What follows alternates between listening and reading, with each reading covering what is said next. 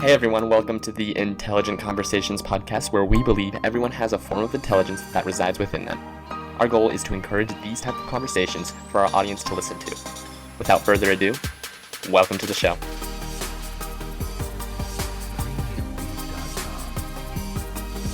Hey everyone, welcome back to the Intelligent Conversations podcast. Today I have the honor to listen and speak with Karishma Bali. She is the CEO and founder of Pulse Athletic Apparel, which is a brand that encourages taking action. Karishma is also a published author and has ran multiple marathons. So Karishma, thank you for coming on. I have one question for you though. Marathons. Yeah. That's crazy. I mean, I complain after running like 3 miles. I'm not going to lie to you, but 26, that's just insane. So I kind of want to ask you, what got you into running and running marathons? What got you into that? It's funny that you ask. So I used to hate running, right? And this comes as a shock to a lot of people who I kind of asked that question to me. I set a New Year's resolution my senior year of college. This was about 5 years ago. That I wanted to do a half marathon. I basically was kind of at ends, and I wanted to set a goal that had nothing to do with my resume, nothing to do with grades or like CV or in that case. And I grew up as a competitive athlete. So I played tennis and soccer for about a decade competitively until I started college.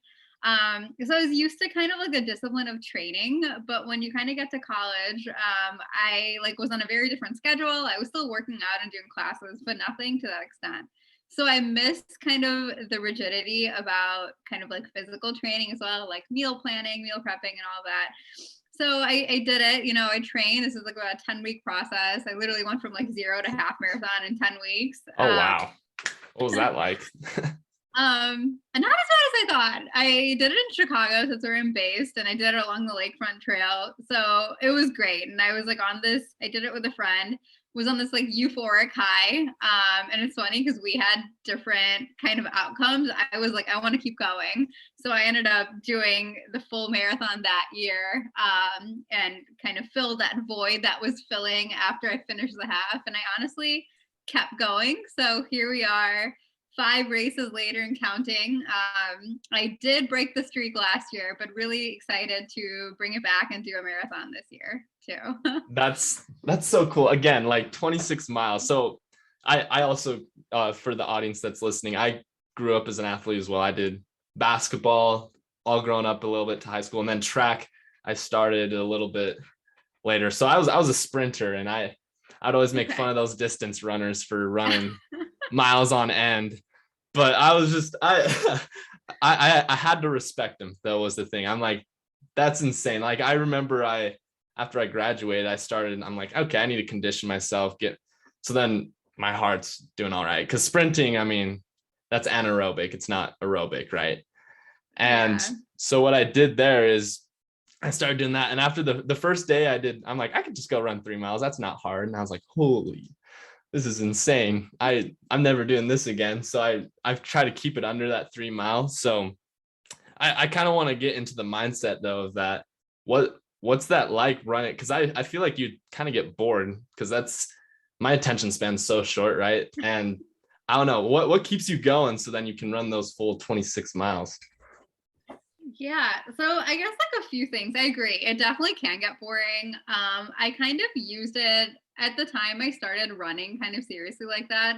Mm-hmm. I wanted something that was very meditative for me. So I do meditate in like the traditional sense, but I wanted something that was that would make me feel very grounded and centered physically as well. And I kind of wanted to use that. So, and I went through so many different phases. So definitely when you're doing the long run, sometimes I'm just like, okay, I like can't think. I need music. Sometimes I'll listen to podcasts. Like I'll just have like noise too. But I also use kind of running as an outlet when there's too much noise going on. You can argue that a lot of my strategic business decisions have happened while on runs. I've kind of used runs as like outlets for solving problems, both in a professional and personal setting too. And it's just funny because you get to know so much about yourself when running a marathon. And I highly recommend it at some point in your life. I know you're not a long distance runner, but if it's At something you least choose to at do, least once or twice. yeah, at least once or twice, because I truly believe nothing kind of mimics that experience, other than actually doing a marathon. You get to know your body well, you get to push limits that you didn't think were possible, you get to push kind of mental limits too, because when you are doing a full marathon, I'll tell you, I feel like almost every race has gone through the same sort of kind of scenario or same sort of cycle. At the beginning, there's a lot of hype. You have thousands of people around you, there's thousands of people Yeah. running with you too, so it's very exciting. You have this huge adrenaline rush. I usually try to like have the first like mile or so with no music, just because you get so much energy from the crowds like as you're running too. And then that kind of continues on for a few miles, I'd say, like until about like you're on this like euphoric high until maybe between 8 and 10 miles, 8 and 10 for me at least personally. And then you're like, okay, like now the hype kind of starts slowing down. You still have people cheering you on depending on where you're doing the race. Um, but now it's like, okay, you have to like start honing in on like your pace, like music, you start taking gels, you start like replenishing yourself at that point too. And then it's usually, for me, it's been between like 18 and 21, where I go through a variety of different emotions. These emotions are really happy, really sad, like, why am I doing this? Everything hurts. Like it's only 5 miles, and it's like tricking yourself, right? Yeah. And then like at mile 20, 21, you're like, okay, well, it's only 6 miles, but only 6 miles then is so much different when you're at mile 2 or mile 3 and saying it's only six Hmm. miles to go. So you go through these like different phases, like everything's hurting. You start, and this definitely happened to me my first couple of races. So like mental fitness is something that's really big, I Hmm. think, that you develop when you're doing long distance running, because it's easy to think about kind of other problems you might be facing too. It's either easy to think about, I guess just feelings of maybe it's imposter syndrome in certain Yeah. aspects of your life. That's an example. Maybe it's, feelings of failure, feelings of not being at where you think you could be, because it's easy, right? You literally have people passing you up. You literally are in a situation where you're not only competing against yourself, but if you are competing at a time, you want to be like next to certain time brackets. You have like runners who are pacers throughout it too. So I think around like those miles, and as like the race progresses, this is what I mean by you learn a lot about yourself, and you learn about how you can manage literally physical stress. And to me, every time I do a marathon, it's honestly just like a celebration of life, because it's like, if I can go through all the kind of physical barriers that it takes to run kind of an endurance race like this, then anything else that might be going on in my life at that time that I'm facing isn't that bad, right? You put your body through such excruciating pain that, whatever comes after is supposed to seem easy. And granted, nothing's ever easy, but I think just really honing in on that mindset, and really kind of actively working towards it is why I love running. Because even though you are surrounded by others, I do truly believe that running a marathon, becoming a long distance runner, you are quite literally competing against yourself every single day. You're trying to get a better pace, you're trying to get better breathing patterns, better diet, whatever it may be as well. Yeah. I totally agree there. And you were mentioning it kind of like, again, the stress on you, and it kind of puts you into perspective, like, hey, I can do hard things. Like some of the things that we complain about in life, like running 3 miles, it's not as Yeah, hard if you it's can still a do. feat. It's still a feat. Exactly. But it almost like it tests yourself. It's a good indicator, like, all right, how much can I handle? Like, and if you're able to put yourself in those like insane categories, like running a marathon, it really says, hey, I'm in this top 0.0001% of people in the world that run marathons. Like that's so cool. But I know you mentioned you had a business and you're doing things along that lines as well. I think that kind of plays hand in hand. So I kind of want to ask you, has that translated to business? Has that really helped you so then you can progress? Yeah, absolutely. And it's funny, I've made a lot of kind of pivots too, especially during the pandemic and the last like Mm, few years. And it's so cheesy, but people are like, life is a marathon, it's not a sprint. But it literally is, it right? is. Like you have to and even like thinking about like, launching a business, being involved in that too. It is quite literally a marathon. I think when you're thinking very metaphorically, when you're running, any pain you feel is temporary. And you're kind of, as long as you're inching forward, you're literally taking steps forward towards the next mile, the next kind of marker, whatever it may be. Same thing in business. Everything is essentially temporary. Do you have to be quick and do you have to be strategic? Yes. But at the same time, success does not happen overnight. Again, I'm throwing in so many cliches today, but it's true.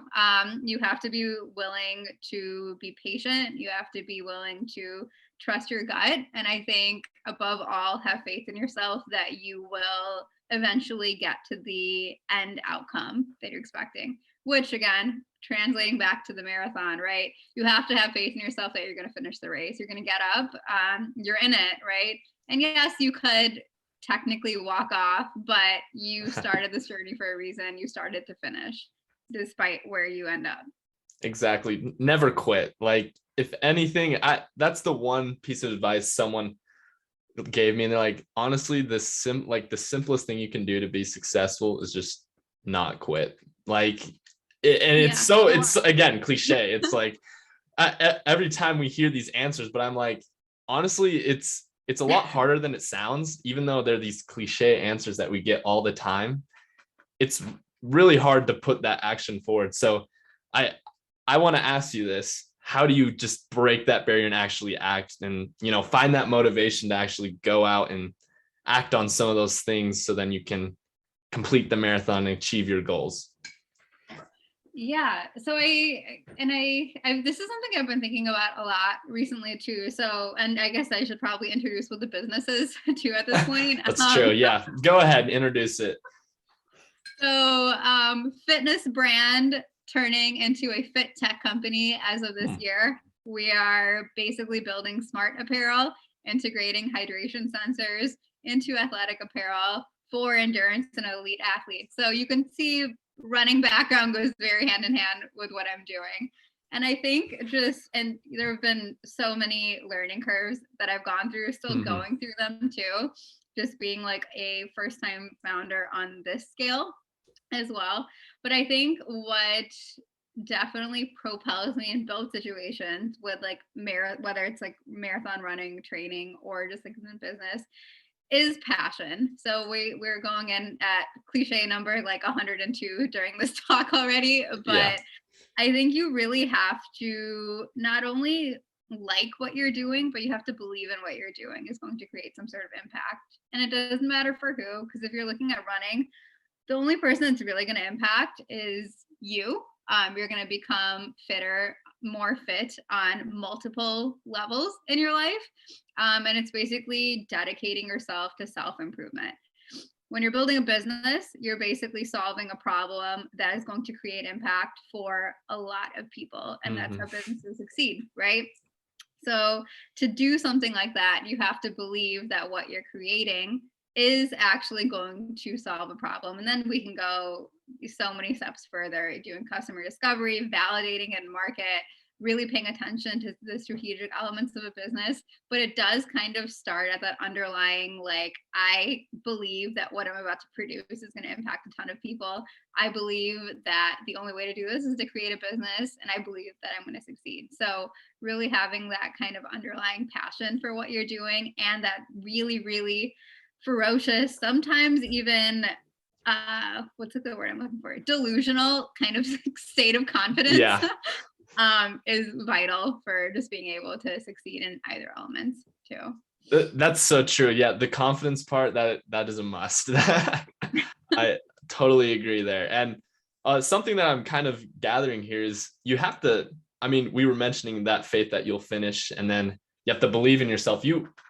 That's kind of like the theme that I don't want to say theme yet, but you gotta believe that you can actually do it. I think that's a great point that you made there. So I want to ask, and you don't have to answer this if you want, but is there any examples in your life that you would want to give? Like, I mean, obviously the business, but any like particular instance where you just believed it was going to work, even though against all odds, it was just like, no way this is going to work. Everyone was saying, no, don't do it. But then it worked out for you just because simply you just believed in yourself. Yeah, of course. And I will say, I guess like one thing off of that, belief is definitely very strong, but you have to be willing to put in the work There kind you of go. next to it. So I wouldn't say it's belief by itself. But yeah, I will say, so I guess like my sort of pandemic story, what happened was I graduated from both graduate programs. So I have a background in management and medical physiology in both graduate levels. Graduated the year prior. We had entered this kind of global pandemic that we're still technically in, although there's many other things going on right now. And I was working on one venture, and this was different. So it was actually in the medical device space.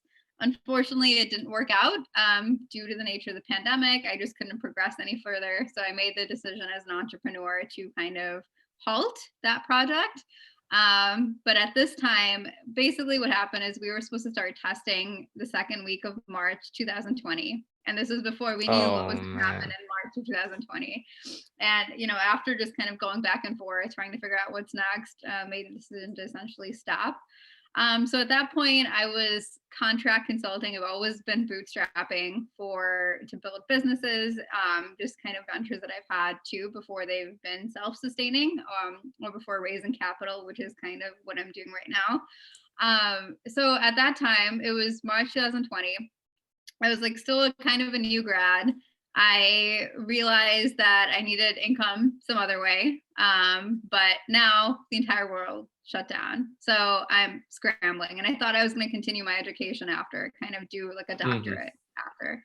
So I was essentially kind of stuck for a few months. I probably sent in, this was maybe like an 8-month or so period, sent out 8,000 job applications in a market that, you know, people say like, it's like, yeah, it wasn't great, honestly. And people will give you multiple different opinions on this, but they'll say there's so many jobs out there, but like try finding a job as like a recent grad who has kind of consulting and internship experience, but is really trying to get like actual real world experience too. So sending out that many job apps in volume, still trying to figure out if I wanted to continue my education or if that was even an option. Had the first kind of failure as an entrepreneur, and then just essentially just reevaluating my entire life. So what did I do? Of course, I ran a pandemic marathon to try to sort through some of the things. There you go. But that's also when Pulse was born. So this is in 2020. This is when Pulse kind of came up. And the idea for starting a brand was something I'd always had in the back burner. I've been very grateful to pursue a graduate education management that was very hands-on, very experiential. And it got me thinking about the world in very different ways. It was literally problem, need, solution. That's how entrepreneurs are born. And I was thinking about the fitness space, thinking about things that I loved in major players. Being an athlete, I've spent a very embarrassing amount of money on athletic apparel. Hey, we all have. And developed just like a preference for certain elements, but there's also several things I didn't like about certain major players too. So I was like, let's just start this as a side hustle. At that point, I was literally still contract consulting. I had moved in back with my parents after graduate school and did not think that would happen. And just like my whole world changed, you know, I guess like now I tend to come off as like very high energy. It's just because I went on a run this morning, and runs give me energy. And this is also pretty much my natural kind of personality, but lots of things changed within like a 2-year time period. I found out people that I was close to from like a friendship level, it wasn't close to anymore. You really figure out what is important or who is important to prioritize in your life when you're going through literally adversity after adversity, failure after failure, and hardship after hardship. You find out who to prioritize. I think, you know, I made a joke about moving back in with my parents after graduate school, but that was the first time I'd been home since I was 18. So I've been gone for about 8 years. And then I came back and I didn't realize how much I essentially missed my family too. So reprioritizing family, and I traveled so much for school. I'd done all these things, gone all these places. And then it was just like a nice pause in that sense. So while I was definitely struggling professionally and trying to figure out how to create a niche for myself and build up a company at probably one of the most, I mean, I think it was the most opportunistic time, but others can argue this isn't the time to do something like that. I think other sort of priorities were definitely just like a wake up call for me too. And I appreciate that as well. So I don't know, lots of really, really negative things happened during this time period, but I could also argue that lots of different positive things happened in that time period as well, and are still going too. I guess that's the circle of life. Wow, keep going on the cliches, right? All the I know, ups right? and downs. Honestly, I couldn't agree more. That was great. Thank you for sharing that. And again, circle of life there. That was a great way to cap it off there. And I like that you mentioned the pandemic there and how you made the best out of it. And I agree with you. I think it was a very opportunistic time. I think there was a lot of people that they looked at it and there was a lot of problems happening, right? And entrepreneur mindset here, right? It's like problem, need, and then solution. That you provide the solution. And that's why I remember reading something recently where entrepreneurship's actually like on the rise this year. And I'm like, I think it's because of that, because a lot of people, there's a lot of problems, and finally people are like, you know what, this is it. Like I've had it. I'm going to do something about it. I'm going to create my brand. I'm going to go for it. Right. And also there's no shame in being in your parents' basement. I mean, as long as you're actively not basement, but like house. Yeah.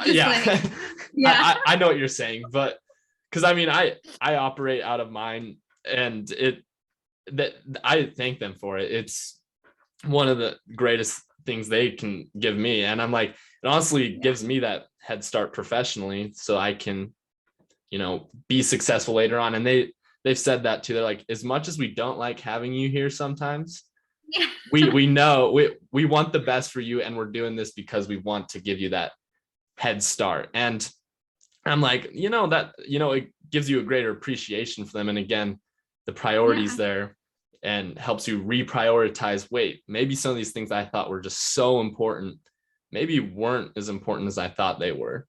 So I really, that thought, all the thoughts that you were giving there were phenomenal. But I want to drop the intelligent question of the day. And and of course you're going to give an intelligent answer. You've had great answers today. But I want to ask you, how do you help people work through problems? Let me try that again. What would you say is the best way to help someone work through problems? Because again, problems are going to keep, like, how do you work through that adversity, and how do you work through adversity? That's the intelligent question of the day. Yeah. Oh gosh, that's like a very intelligent question to ask.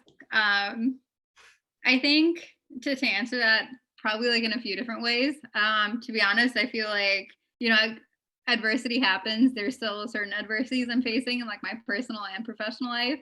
And I think one of the biggest things that's helped me has been to just pause and take a glance at where you are today, and look at where you were a year ago, look at where you were 2 years ago, 3 years ago too.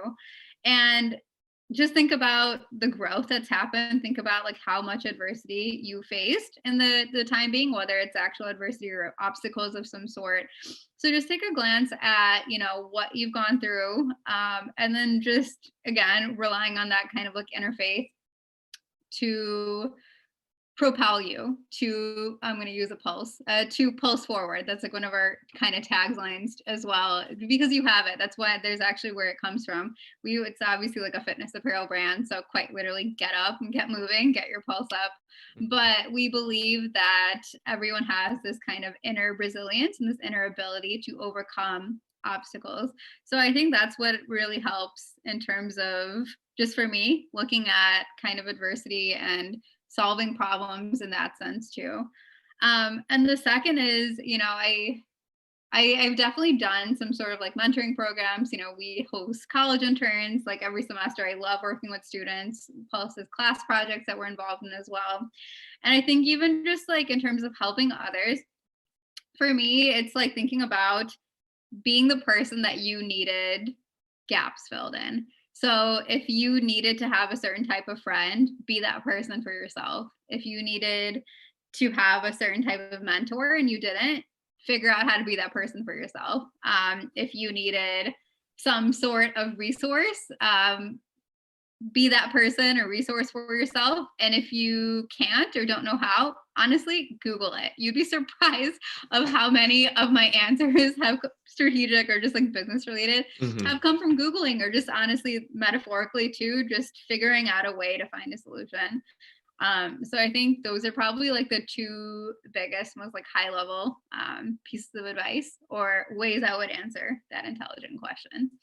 And of course, that is the intelligent answer of the day for everyone listening. That was awesome. Thank you for sharing that. I mean, I could add on to that, but I think that was a great way to end it. So how I know you mentioned Pulse Forward, your company Pulse.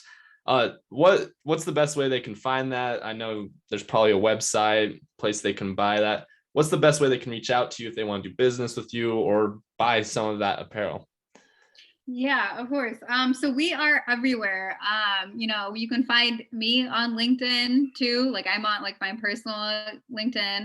The company LinkedIn is very active. We love doing kind of thought leadership pieces. We'll feature everyone like on our team, and we just talk about very real things in the fitness community. And it's just Pulse Athletic Apparel across the board. So Pulse Athletic Apparel on LinkedIn, Pulse Athletic Apparel on Instagram, Facebook. Twitter, I believe, is Pulse AA. Pulse Athletic Apparel was too long to have on Twitter. But we are pretty much that across the board. And our website too is just www.pulseathleticapparel.com. And I'll definitely share these links with you as well to kind of forward. Okay. Yes. So Karishma, thank you for coming on. You've had great things to say. I think a lot of people can benefit from the things you've shared today. So just overall, thank you for coming on. Yeah, happy to be here. And thank you so much for having me. This is so much fun. Thank you. So for the audience that's listening now, that was Karishma Bali. As you can tell, she was a very intelligent person, has great things to say. And I would challenge you guys to go check out her website. I know I will for sure. And, reach out to her if you think what she's doing is great. And I think she has great things to say. So stay tuned till next week. We have a great guest lined up for that week as well. See you guys next week, and let's get after it.